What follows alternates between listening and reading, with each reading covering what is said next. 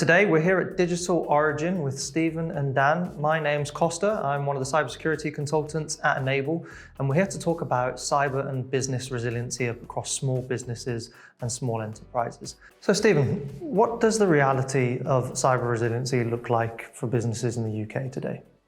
I think, interestingly, it's changed a lot in recent times. And I see that just through the small time that we've been in existence from 2019 to now, in that there was a thought process from people that they were doing enough and covering with tools that they bought 5-10 years ago that was still in operation and working and doing what they needed to do and ticking the boxes as they need to now. What we're really seeing now is that cyber attacks and breach attacks have become much more technical, more complicated. Their dwell times longer, so they've been in the system longer. People haven't noticed them and they assume things are going on as normal, but they really aren't. And that's what I'm really seeing nowadays, is that when we go and discuss it initially with clients, they kind of go, oh no, it's fine, we do this already, or we have an antivirus. I think is always a good answer point to somebody who's not really paying attention to what they need to be doing. And so there's an education profile that has to come with this, which I think many SMB businesses have kind of ignored or not been opened to. Yeah, and that's probably a really fair point. And the Home Office released some statistics where they estimated something like 612,000 businesses in the UK were affected by a breach. So that obviously includes small, medium and large businesses. But even just taking that back to businesses to it won't be me, I won't be affected, I've got everything in place. Surely that should be enough for them to stand up and pay attention, right? It should. I think there's probably a bigger worry of that as well, in terms of the fact that they can record that many stats suggests that probably double probably actually happened. A lot of people don't want to admit the fact that certain things happen. They'll find a workaround or ignore it happening in the background and maybe pay a ransom, maybe not talk to people because they didn't have the correct insurances or things like that in place. So I think the problem is probably a lot bigger than actually what you explained through those numbers. And do you feel they have a certain reliance on a technology that they might subscribe to, thinking that they've got the right model in place and they've moved to the cloud, for example? Yeah, I think the problem is the whole cost versus investment piece. And so if you think, oh, I'm spending money on something already, I'm doing enough, is enough. And actually, if you're going to invest in something, you do a lot more homework as to knowing what it was doing and doing all the right things for you, compared to just buying a product you think you trust what it's doing. So, I think some of the big enterprise players in that space, you can easily fall into the assumption that, well, if I buy this license, it says it does all this. I didn't need to. It's out the box, ready to work for me. And I don't think that's well, it's definitely not always the case. Yeah, and a great model of that is SaaS model, right? People think they're buying into something that contains all the security for them, it's being looked after. But one of my comparisons there is often the cloud infrastructure model. When people started to move over to the cloud, again, the assumptions were made that that security layer was taking care of them, and didn't actually look at the shared responsibility model, which pretty much outlined that we'll provide you with the solution, but the onus is still on you to ensure everything in there is configured correctly, make sure it's secured correctly, and obviously then make sure it's monitored for any of that type of activity. And I think the thing that still stands out is that with smaller businesses, they've maybe only just gotten on board with the likes of an endpoint detection and response solution. But what we're seeing is there is a big shift away from endpoint being that primary threat vector.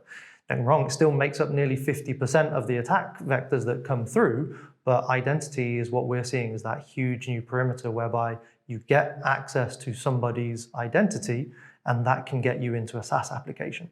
So Dan, from a technical perspective, SMEs, often they feel that they're not going to be targeted because they don't see themselves as big players and worth a lot to these cyber criminals. But what about from your perspective? Yeah, I think from my perspective, ransomware doesn't discriminate, clearly. These SMEs are often targeted because they're perceived to have lower budgets, stretched in-house teams, these kind of things. It absolutely doesn't discriminate, and the impact is often worse, right? We're talking about the business risk, it's not just IT risk. So it's all around reputation, brand damage, financial risk, etc. Often has bigger impacts, certainly for SMEs. Absolutely. And one of the things our own threat report from last year talked about was that there's actually a higher yield for smaller businesses. If they go after these adversaries, go after smaller businesses more frequently and have less effort to do, they can potentially get a higher yield out of that versus maybe spending a long time going after one large enterprise for a single payout. And I think that's the thing that we almost need to make sure that's communicated with SMEs. We saw with the Knights of Old case, which we'll have an insert for the video of here. The idea is that, to your point, the business was crippled. The outcome for that wasn't reputation damage. There were 400-500 people who ultimately lost their means to employment, right? So to your point about ransomware doesn't discriminate, from our report, the Enable Threat Report in 2025, we actually saw that over 80% of the small businesses had ransomware extortion as part of that. So again, even a higher level than the mid-market and enterprise organizations, because they were thinking that they're more likely to pay out, as they may not, to your point, have the right cyber insurance in place, or maybe not even have the right incident response procedures and plans. I think there's a piece around that where they also run on legacy kit, which typically doesn't happen as much in enterprise business. So we quite frequently have conversations with our client base about kit that's becoming end of life. And the first question they always ask is, but it still works. So why should I worry about changing it? It's a cost to me now, which I can't see the benefit from because it's going to perform no differently to what I have now. In the background, however, fundamentally is that they can be breached, they become your weakest link in the chain, and that's actually where ultimately the bigger cost will come from if we don't look at those head on earlier in their life cycle. Yeah, it's an investment to protect from a future potential payout of issue, whether that's a ransom piece or a business recovery piece, right? Mm-hmm. Upgrade your systems now, make sure that your security posture is in place now to save you the trouble later on. I have also seen in smaller cases with SMB clients is that they haven't got their disaster recovery or their crisis management set up correctly, so that actually when they become paralyzed by these breach attacks, they very quickly notice this is a real problem to us because we have no failback from this. We don't keep documentation in a third-party place or have a secondary copy of this. And so I can see why it's targeted as something that probably pays a better yield because they're more reactive to help. I need to get back online. I'll just pay the attacker and hopefully get my data back.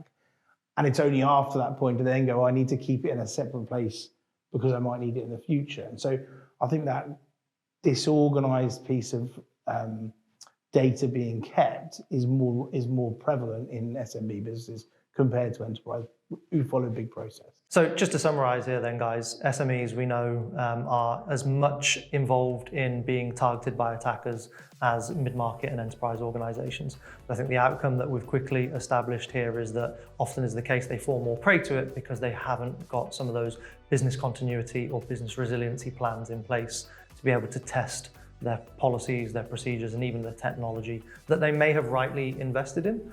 But equally, there may be assumptions that the technology that they've invested in is doing enough when based on plans from years ago. So absolutely SMEs could do with a helping hand from the likes of Digital Origin to be able to go down that maturity assessment journey.